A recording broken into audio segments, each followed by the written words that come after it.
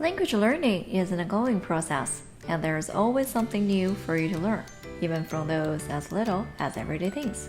A couple of days ago, our kitchen faucet decided to go on strike before its retirement, giving splashes and also leaks down to the cabinet.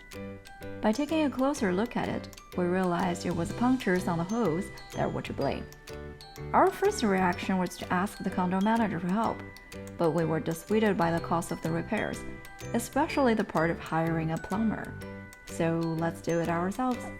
We did our research, studied the manual, and familiarized ourselves with the faucet structure, and most importantly, the names of each spare part.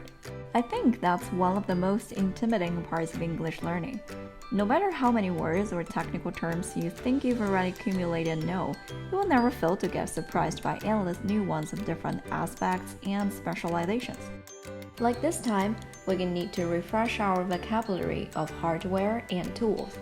For example, the first would be the hose, which we had to replace, and then the spray nozzle, quick release mechanism, and many others. Not that they are completely new words, but we just somehow couldn't think of how we should call them. Anyway, we eventually figured out which one was which. The replacement didn't really take a lot of work than expected. Thankfully, a local warehouse had the part we needed in stock, which saved us the shipping and waiting time. It wasn't too difficult either to get the hose replaced. The first thing to do is to turn off the water valves to avoid leaks. Then, by removing the locking collar, the quick release mechanism down below the sink, and pulling the spray nozzle off, the entire hose could be pulled out from the top of the faucet. What we need to do next is to fit the new hose, which is a compatible match to the previously worn out one of the same brand, back through the faucet. After slipping the collar back on, we have to adjust angles to minimize the resistance, and to get the hose down through the counter and then the sink. Spinning back the nozzle and locking collar, and the hose is now in the fixture. And we could then go underneath and connect everything back to the water supply.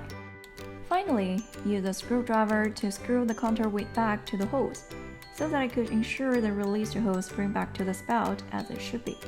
Turn the valves back on, and there is no leak. So yeah, there we go, we did it! This is basically how we saved several $100s and also built up everyday vocabulary. If you have ever run into similar situations and been troubled by such real-life vocabulary, please take a few seconds to quickly go over today's words and expressions. Every little bit counts, right? Let's keep learning together.